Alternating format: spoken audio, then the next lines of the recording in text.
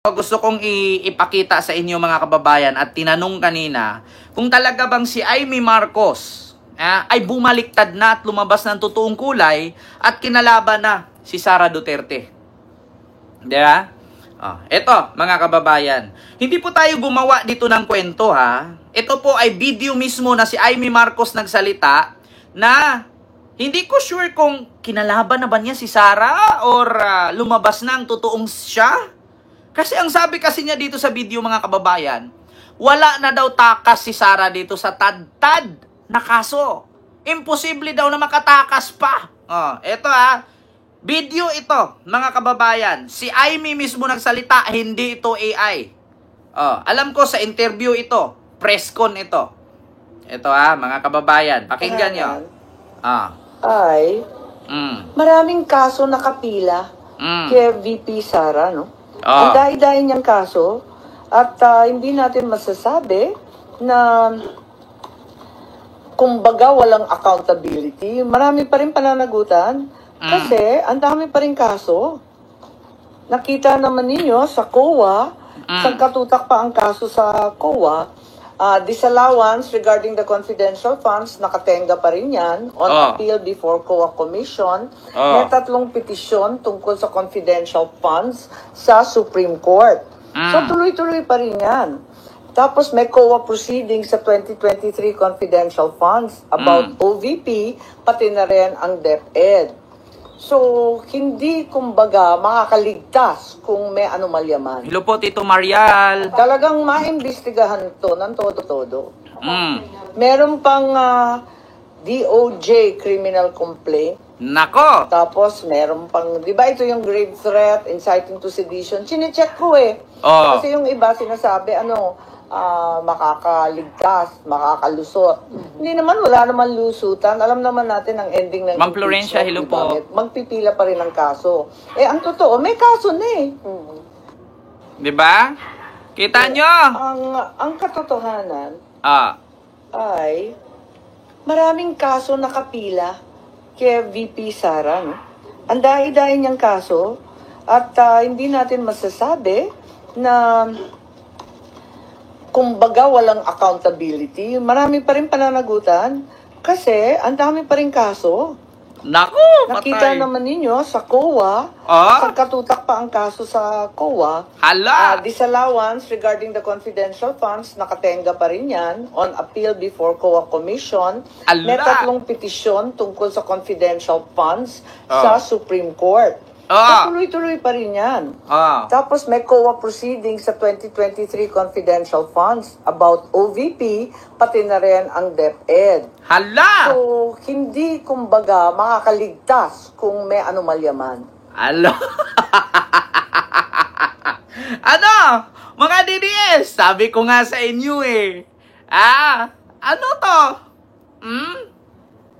Nako, sabi ko nga sa inyo, mga kababayan, mag-ingat kayo kay Amy. Kasi nga, tapos na ipanalo na siya ni Sara. Nung natulungan na siya ni Sara, ipanalo na siya ni Sara, eto na, tad-tad ng kaso. Imposible daw na makakalusot pa. Di ba? Tama ba? Narinig ko, Sir Kent? Yes, Ma'am Jocelyn Para. Di ba? BP Sara, walang lusot dito. Ang dami-dami niyang kasong nakapila. Imposibleng makakalusot pa. Yan ang sabi ni Amy. Di ba? Sabi ko sa inyo, Sir Tommy sa Sirisa Porcilo po, sabi ko sa inyo mga kababayan, si Amy kasi, kung sino man ang advisor ni Amy, alam ko na ano na to siguro napagalitan. Sabi ni Tirang Balaa, bahala. Fake news daw. Putang ina, DDS. Fake news pa ba to? Fake news pa ba na si Amy na mismo nagsalita? Sa press con ito. Wag tanga.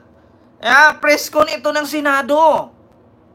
Si Amy mismo ang may hawak.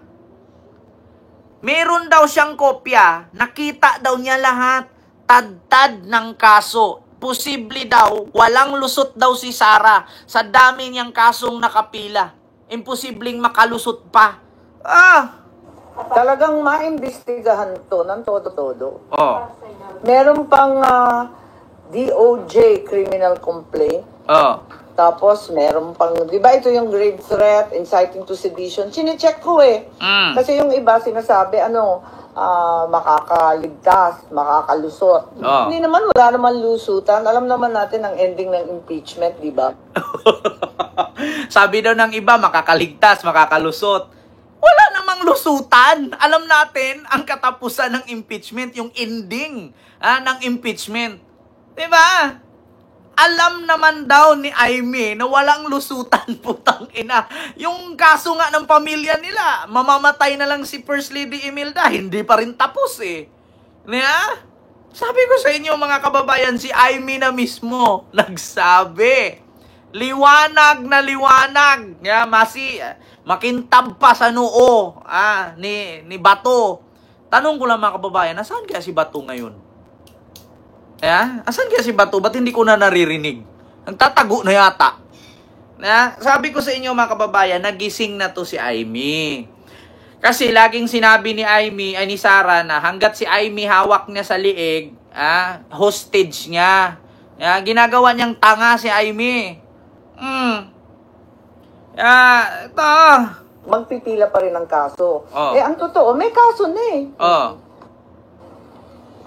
Diba? Ang katotohanan ay maraming kaso nakapila kay VP Sara, no? Ang dai-dai niyang kaso at hindi natin masasabi na kumbaga walang accountability. Marami pa rin pananagutan kasi ang dami pa rin kaso.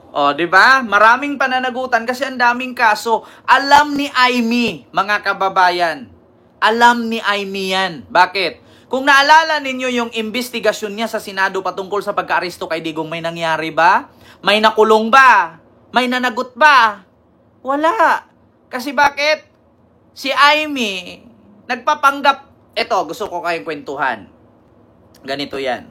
Si Aimee, nung nakaraang election, midterm election, pinanindigan niya yung katangahan niya. Bakit? Kahit anong sabihin ninyo kay Aimee, wala siyang pakialam. Basta ang sa kanya, boto ng kabila at boto ng pulahan at boto ng DDS, makuha niya. Sabi natin, galit tayo. Mga loyalista, galit kay Aimee. Pero hindi lahat ng loyalista hindi bumoto sa kanya. Meron pa rin. Sabi natin, mga DDS, hindi boboto sa kanya, pero may mga DDS din na naniniwala sa kanya, kaya siya nanalo. Kasi kung hindi niya sinakyan ang kabubuhan ng DDS, kung sa loyalista lang siya aasa, talo po talaga siya. Kasi ganito, sa 100% na loyalista, 50% na lang natitira kay Aimee dyan. Paano niya ipapanalo ng 100% kung 50 na lang? Mas pinili niyang maging tanga, dumikit kay Sara. Yung 100% na DDS, yung 50 doon, boboto sa kanya, yung 50 hindi. So may 50 siya sa loyalista, may 50 siya sa DDS, pag ipagsama, 100% panalo siya. Di ba? Kung nanatili siya sa loyalista lang, 50% bagsak talaga siya. Hindi siya mananalo. Matalino si Aimee. Nagpakatanga lang siya kasi alam nyo naman, the politics. You know, in politics, just like gambling. Gambling style ang politics. Sugal yan. May manalo, may matalo, isa lang ang idideklara. Di ba? Kasi kung dito tayo sa loyalista mag-base, maraming galit ng loyalista. Kalahati sa loyalista galit kay Aimee. Yung kalahati, suporta pa rin sa kanya kasi Marcos siya eh. Paano niya ipanalo kung kalahati na lang? Ang ginawa niya, dumikit sa DDS kasi sa 100% DDS, yung 50 galit, yung 50 hindi, so buo pa rin, 100%. Di pasok. Panalo pa rin. Ngayon, nung nakuha na niya lahat, sa tingin ninyo, saan si Aimee ngayon? Huwag niyong sabihin na magdi-DS pa rin siya. Huwag niyong sabihin na nagloyalista siya.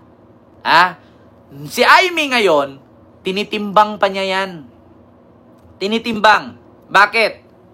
Ipanood ko sa inyo. Anak ni Aimee Marcos, si Manutok, nagulat din sa inasta ni Sara sa nanay niya. Kaya sabi ko sa inyo mga kababayan, ngayon narinig ninyo nga, hindi tayo gumawa ng kwento. Si Aimee mismo nagsabi, walang lusot si Sara, maraming kasong nakabinbin. Means to say, alam naman daw po natin, ang ending dyan sa impeachment, makukulong. Walang lusot, walang takas, managot ang dapat managot. Yeah? Hindi ko na kailangan i-explain mga kababayan kasi narinig nyo na po, napaliwanag ko na po. Si Aimee po mismong nagsabi, walang lulusot, walang makakatakas sa dami ng kaso ni Sara. Yeah? So yun po, mga kababayan. Sunod, dito tayo kay Marcoleta. Ano nga ba itong kay Marcoleta, mga kababayan? So dito,